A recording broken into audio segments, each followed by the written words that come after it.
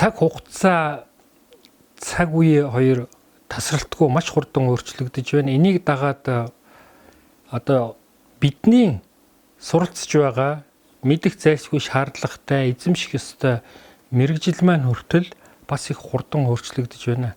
Хөгжлийн зүй тогтол, хөгжлийн агуулга, хөгжлийн чиглэл гэд ярил их өргөн утгатай болно. Энэ дотор бол хөгжлийн сэтгүүл зүйн чиглэл маань хаашаа хөгжиж байна вэ? Ямар болох ёстой вэ гэхээр бид нар ерөнхий утгаар нь бол хөгжлийн зүй тогтолоогох чиглэлийг бас бодолцох хэрэгтэй юм а. За сэтгүүл зүй бол мэдээж хөгжиж байна.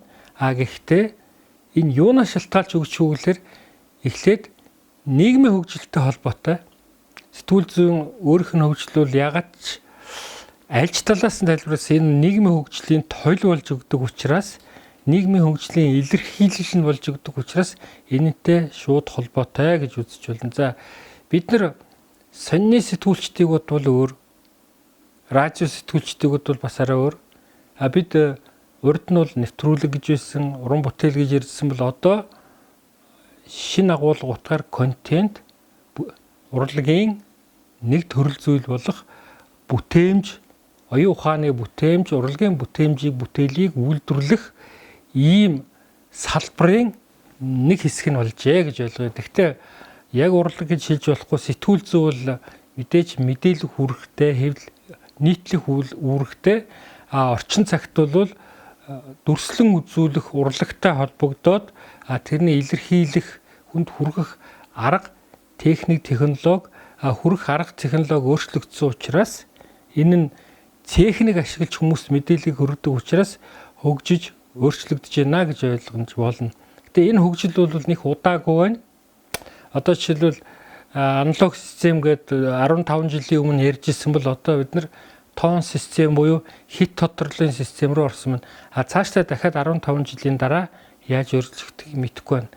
За хөгжлийн сэтгүүл зүй гэж технологи бол их олон юмыг хүмүүст хүртээмжтэй болгож өгсөн. Тэгэхдээ технологийн хөгжил гэж ярина. Технологийн хөгжлийн үр дүнд хүмүүс мэрэгжлийн сэтгүүл зүйн одоо олон мянган сэтгүүлчдийн хийж исэн хөдөлмөр жирийн олон түмэнд их хүрээлттэй зүйл болсон учраас бас бүгдээрээ мэдээлэгчд боллоо. Энийг энгийн үгээр хэлэх юм бол бидний гартаа атгаж байгаа гар утас маань өөрөө технологийн дэвшлийн нэг үр дүн. Энэ технологийн дэвшлийн үр дүнд бид зүгээр нэг дуу хоолойгоор харилцдаг, ярьдаг байсан бол дүрстэй харилцдаг болсон байна. Дүрстэй харилцаад ирэхээр дуу дүрс хоёр нийлэнгүүт бид нар мэдээллийг орон зай харгалзахгүйгээр мэрэгжлийн мэдээллийн байгууллага шалтгааллахгүйгээр ямар ч мэдээллийг бас хүргэх боломжтой болсон байна.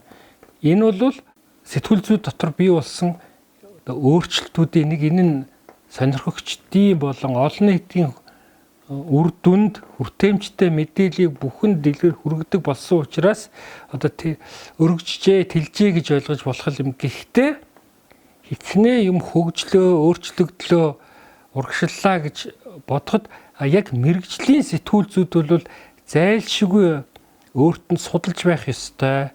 Тэр судлах тухуунаа сайн ойлгоод хөгжүүлж, өргөжүүлж байх ёстой тухуун бас байна. Бид бол дүрсээр дуугаар мэдээллийг хүргэдэг. Гэтэл энэ маань бараг 100 гаруй илүү жилийн түүхтэй бий болсон юм төрөл зүйл байх юм. Эхлээд фото зураг байсан, дараа нь кино болсон, тэгээд телевиз болсон.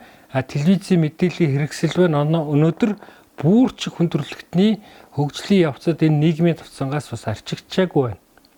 Харин улам бүр нэрс жишээ нь 21 онд Япон улсад болох Олимпийн тоглолтыг бол 8К технологийн одоо дэвшилтээр бүгдийг дамжуулахаар бэлтгэлийн аль хэдийн базаасныгаа 5 жилийн өмнө зарлж ирсэн шүү дээ. Энэ бол хит хурц тодорлын дүрстэй мэдээлэл хүргэх ийм байдалд одоо хөгжиж хүрсэн байна гэж бодъё. За технологийн хувьд юм болгон хөгжөөд байлаа гэж бодоход сэтгүүл зүй маань өөрөө юуг мэдээлэх үү, ямар хүрээтэй мэдээлэх үү, аль өнцгөөс мэдээлэх вэ гэдэг утга агуулгынхаа хувьд, утга зүйхээ хувьд бол бас хөгжиж байна гэж ойлгож болно. Монгол улсад бол жишээлбэл 25 жилийн өмнө хүний эрхийн түгээмэл ойлголтын тухай тийм их хөргөн хүрээтэй ярьдаггүй байсан шүү дээ. Бид өмнөх нийгмээсээ дараагийнхаа нийгэм чилжиж орсны дараа одоо хүн төрөлхтний нэгэн адилаар хүний амьдрах эрхийн тухай асуудал, тэрнийг тойрсон олон хууль байдаг тухай асуудал, ер нь хүний түгээмэл амьдрах, суралцах, аж төрөх, газар нутгаа сонгон амьдрах энэ бүх ойлголтууд бол тодорхой хуулиар ихээр хамгаалагдсан байдгийг бол мэдэж авсан.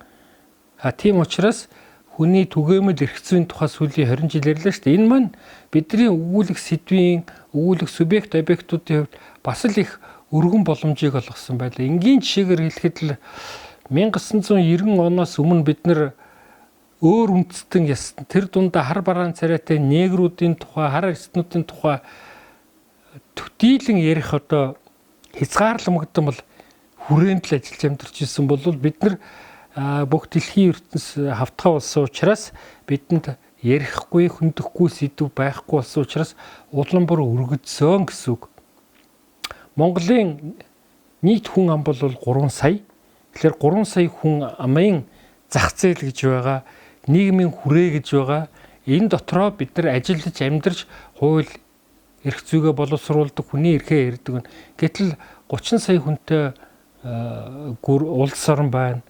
300 сая хүнтэй хүчрхэг улсууд байна. 1 тэрбум хүнтэй бүр хит хүчрхэг гүрнүүд байна. Энэ хэмжээгээр бол ярих хэрэг, үзүүлэх юм, хөндөх асуудал бол илүү бүр өргөн хүрээтэй болно л да. Гэхдээ 3 сая хүнийхээ тоогоор бид нар сэдв хомигдчихна гэж яагаад ч болохгүй. Энэ технологи мэдээллийн хөгжлийн ачаар дэлхийн нийтдээ нэгэн хавтгай болж бүх сэдвийг хөндөж бүхэл асуудлыг ярьж байгаа учраас магадгүй цөөн хүн амтай байлаа, хязгаарламг зах зээлтэй байлаа гэсэн бид бусдын адил сэтгэж бодож ярьж явах ёстой. За энэний хамгийн гол юм бол мэрэгжлийн чиглэлээр суралцж байгаа бид нар технологиг гартаа хатгахчаад сэтгүүлчдээс дутхгүй мэдээлэл хүргэх боломжтой болсон сонирхогч доос эгэл иргэдээс юугаараа ялгах ёстой вэ гэдгийг бол цаг үргэлж мэдэж явах ёстой, өөрсдөө хөгжүүлэх ёстой. Яг тэгэхээр энэ сэтгүүл зүй маань өөрөө бас 100 жилийн түүхтэй учраас бид нар манай монголын шүү дээ. Энэ дотор судлах тухайн бие гэж би хөгжиж ирсэн эхлэл гэж би, өрнөл гэж би, улам өргөжин тэлж байгаа хөгжил гэж би ганцхан хөндөх сэдв ярих яриа харах үндсэн маань л өргөссөн байгаа бах, илүү дэлгэрэнгүй болсон бах. Энэнд бол суралцдаг. Энгийн жишээ хэлэхэд зөвхөн операторын хувьд л гэхэд одоогоос 50 жилийн өмнө дуран техникийн боломж одоогийнх шиг биш байх үед бол бас тэр үедээ дэвшилтэй гэж байгаа боловч одоогийнхтай харьцуулахад нэлээд тийм хомигдсан бага боломжоор ажилладаг байжээ. Тэр үед трансфикатор буюу зүүм гэж байсангүй, юм хүссэн цагтаа нааш нь цааш нь дурангийн хүчээр ойртуулаад харж чаддгүй байлаа. Тэгвэл өнөөдөр ганц дурангийн хүчээр 180 байтугай 380 градусын ямиг бүхэлд нь хардаг ийм боломжтой болж ирсэн байна. Дуу авианы хувьд ч гэсэн одоо эндээс хүний чих сонсч чадахгүй дуу чимээг ч гэсэн бид нарийн тоног төхөөрөмжийн хүчээр ихсгээд ингээд аваад ирж сэтгүүл зүйд бол боломж их нээгдсэн байна. За өнцөг гэж их чухал юм байна. Бид нар өнцгийн тухай урд нь бас ярьдаг байсан л да. Хүний харах өнцөг, аливаа асуудалд хандах, аливаа асуудлыг олж харах байдлаар янз бүр байдаг. Энэ дотроос хамгийн голын, хамгийн чухлын юутай харьцуулж, юуг жигшиж, юуг зөвтгөж, юуг ажиглаж харах ёстой вэ гэдгийг сэтгүүл зүй маань өөрөө энэ судлагдахын дотор багтаагаад зааж өгдөг. Энийг бол сэтгүүл зүйн мэрэгжлийн онцлогоо гэж болно. Одоо сошиал ертөнц буюу олон нийтийн сүлжээгээр хүн болгон сэтгүүлч, хүн болгон мэдээлэгч болжээ гэж ярьж байна. Гэтэл тэнд хүмүүс сонирхсон зүйлээ, ундуутсан зүйлээ, эсэргүүцсэн зүйлээ, талархсан зүйлээ шууд мэдээлдэг бол мэрэгжлийн сэтгүүл зүй дотор тэрнийг хянах, анхаарах, шалгах, нягтлах Тэгээд тэр дотроос өлгөж авах, ямар учраас өлгөж авах хэрэгтэй болсон байв?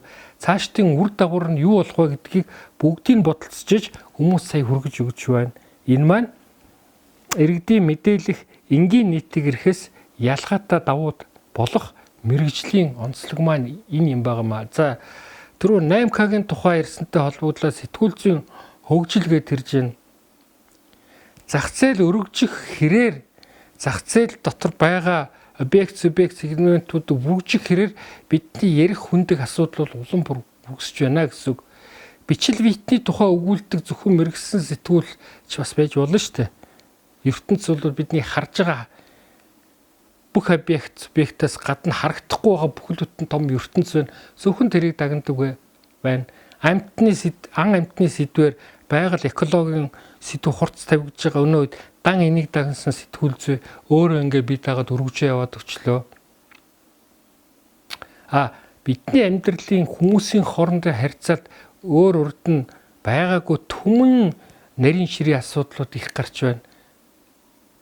Хууль зүй дотроо гэхтэл гэрээслийн тухай асуудал сүүлийн 10 жилийн хүчтэй яригдж ирсэн учраас хууль зүйн сэдвээр бичиж нийтэлдэг сэтгүүлч дүртэл хууль улам нарийсж जैन олон талтуулж ийн гэж чинь сурах судлах юм их болж байгаа үстэй. Тэгэхээр энэ бол өргөжж байна гэсэн үг. Товчхоноор хэлэхэд нийгэм хөгжиж байна. Нийгмийн доторх салбарууд доторх мэрэгжлийн явцсуу, өргөн, дунд зэргийн чиглэлүүд бас хөгжиж байна. Энэ чиглэлээр бүхэлдээ бүх юм хөгжиж байгаа учраас бид нар хөгжил гэж ярьж байгаамаа.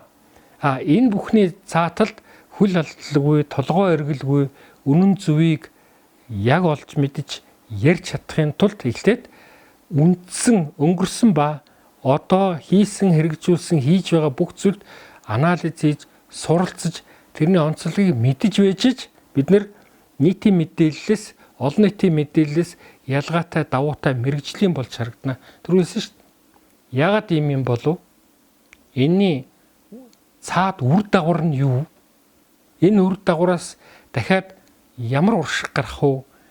Ямар эерэг зүйл бий болох вэ? Ямар сөрөг зүйл бий болох вэ гэдгийг мэрэгжлийн сэтгүүл зүй үргэлж харж хандж байдаг учраас энэ хараагаараа нийгмийн сүлжээнээс хамаагүй илүү байдаг. Энэнд суралцж байгаараа оюутнууд бас давуу байх ёстой. Бид нар оюутнуудыг маш их уншиж бай, мэдэж бай гэж ярьдаг. Өнгөрсөн үеэсээ маш ихийг мэдэж бай, одоо үеэсээ маш ихийг мэдэж бай. Яагаад өнгөрсөн үе бидэнд хэрэгтэй юм бэ? Өнгөрсөн болорсон юмар яах вэ гэж зарим хүмүүс асуудаг. Яагаад гэвэл дахиад алдаа хийхгүй тулд өмнөх алдсан алдаа, өмнөх олдсон ололтыг мэдэж байж өнөөдөр хийх юмаа төсөөлж байж, барагцаалж байж, тодорхой харж байж ирээдүрөө хандсан юм хийхэд ч л тус болох ёстой. Энд бол суралцах ёстой, бас суралцах ёстой гэж хэлээ. Нийгэм зогсолтгүй хөгжиж байгаагийн хэрээр бидний хэлэх, хэвлэн нийтлэх, мэдээлэх хэрэг дагаад хөгжиж байгаа учраас бид нар цаг үеэ суралцах хэрэгтэй. Хичээлж байгаа, суралцж байгаа, ажиллах, амьдрах энэ мэрэгжил маань тэр нийгмээ дагаад хөгжиж байна гэж ойлгочих болно. Товчхондоо ийм юм аа.